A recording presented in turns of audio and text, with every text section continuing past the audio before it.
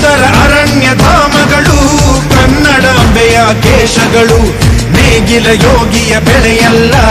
ಅವಳ ಮುಡಿಗೆ ಕುಸುಮಗಳು ಹರಿಯುವ ನದಿಯ ನೀರಲ್ಲ ಅವಳ ಎದೆಯ ಅಮೃತವು ಧುಮುಕುವ ಜೋಗದ ಸಿರಿಯಲ್ಲಿ ತುಂಬಿದ ನಗೆಯ ನರ್ತನವು ಈ ನಾಡ ಶ್ರೀಗಂಧ